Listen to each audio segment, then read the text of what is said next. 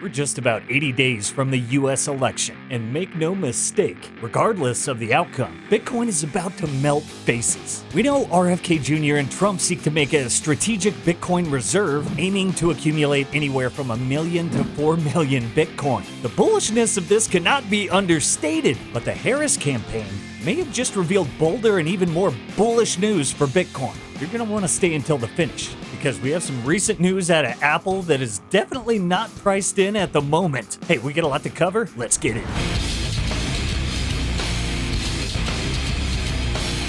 All right, so it looks like we just had one of those weeks where like a year happened. Nation states are cyber attacking other nation states. The central bank of Iran went offline. This is nuts. Oh, and Jerome Powell and the gang? Well, they got some numbers signaling that the money printer is coming back with a vengeance. Welcome back to the most bullish Bitcoin news show on the planet. I'm your chief propagandist, Rustin. Pretty sure we can confirm the fourth turning at this point. We are over the target, and this is massively bullish. Here's why. So let's get back to those inflation numbers, shall we? I know what they said, but the orange man just did a TikTok, and I think we all know, where's that airplane lady? Those numbers are not real. Let's check out his TikTok. Look at this. This is the cost of food. This is the cost of your basics. Every single thing is up. Eggs up 48%.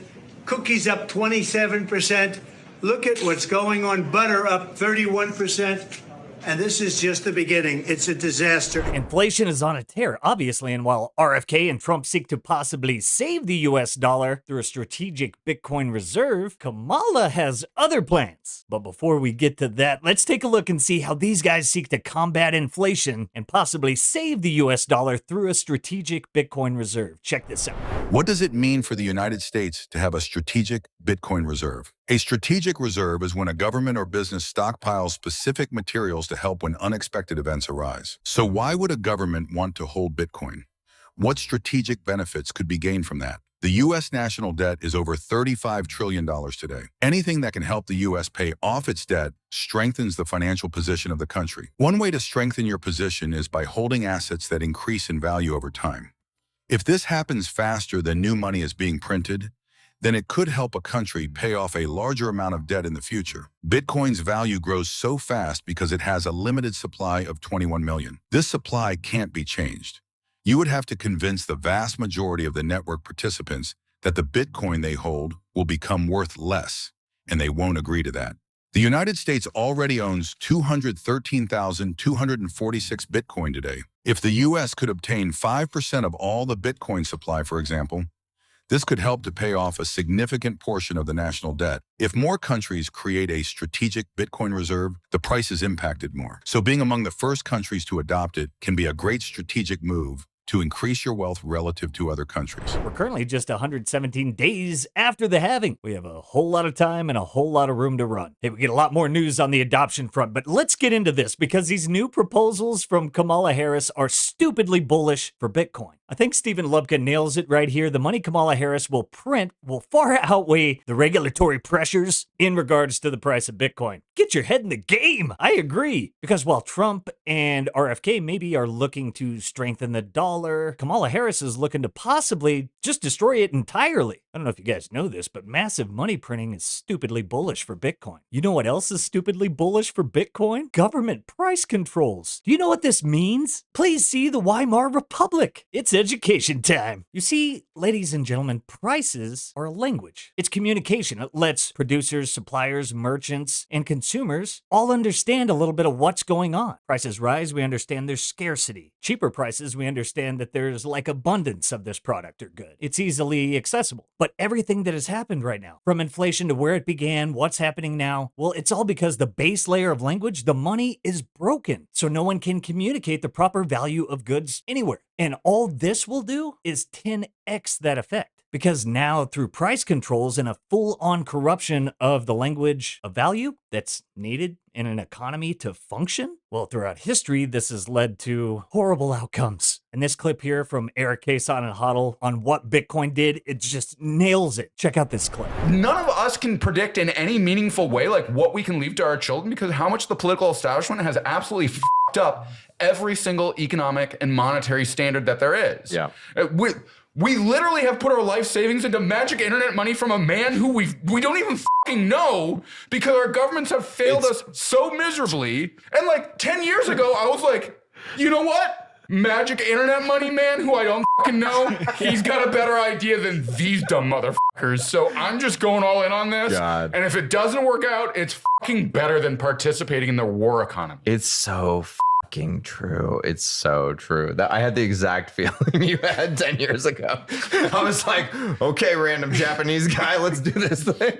This is, though, the reason why we have to be involved in politics, is because if we're not involved, if we don't care, if we're not expressing ourselves with money and resources, we're going to get people that are just fucking scum plain awful. And listen, we're going to get bad people regardless, but we're going to get worse people without being in the arena. Zero Hedge kind of breaks it down here. Wage controls, nationalization, but real communism has never been tried before. Now, this is insane. Harris has proposed a $25,000 assistance program for first-time homeowners. Yes, such a big heart, so generous, but you know what that really means. Helicopter money like we've never seen. Starting to think Nolan and Count BTC is right. Why not? Vote for me. I promise to do all the things I can do right now, but don't. I'm in, totally. I mean, would this not hasten the downfall of the fiat system? So do you think price controls will lead to cheaper groceries and a happy life and a flourishing America? Well, you better think again. If me or Cason didn't explain it well enough for you, maybe this clip will do it. Supermarkets in particular are notorious for having razor-thin margins. They're not like a normal software business that operates on 60, 70, or 80% margins. Instead, they simply operate on 2, 3, or 4% margins. Imagine trying to run a business that has hundreds, thousands, or millions of customers and simply eking out a 2% profit. Higher food prices are part of a much more macro trend of higher inflation. Simply what we see is that there are inputs to every single process. The cost of those inputs are going up. And so if inputs go up, then the cost of the output, the food, goes up as well. Price is a function of supply and demand. So if there is a low supply and high demand, you usually get prices going up, and vice versa is true. But here, what is ultimately happening is the government is trying to cap the price of the food. If you cap the price of the food, you then have now taken that market dynamic and you have frozen one of the key components that helps us reach equilibrium. Throughout history, when price caps on food have been introduced, usually what ends up happening is it leads to food scarcity and actually hurts people more than it helps them. The government has a job and has a place. It can do many great things for people, but stepping in and trying to solve market problems with government solutions has almost never worked because ultimately the market is a very complex machine. Vice President Harris, yes, the food is too expensive, but going after price caps is not the solution. The government should simply encourage food producers to produce more food so that then we can actually get prices down and we can get people back to being able to buy 3 meals a day for their families with an affordable price tag on it. Guys, the intelligent people, listen to Jeff Booth. The free market is being priced in Bitcoin. As long as you operate in this other system, you're fueling it, you're giving it life, but you're also debasing your own life at the same time. It makes no sense, which is why a lot of people are adopting a Bitcoin standard, now publicly traded miners, which it makes sense. I mean, shouldn't they have been doing this anyway? But they're adopting the MicroStrategy strategy to acquire more Bitcoin. This is massively bullish, but there's more. First, they laugh at you, then they fight you, then they ape into Bitcoin. Just look at Morgan Stanley revealed a $187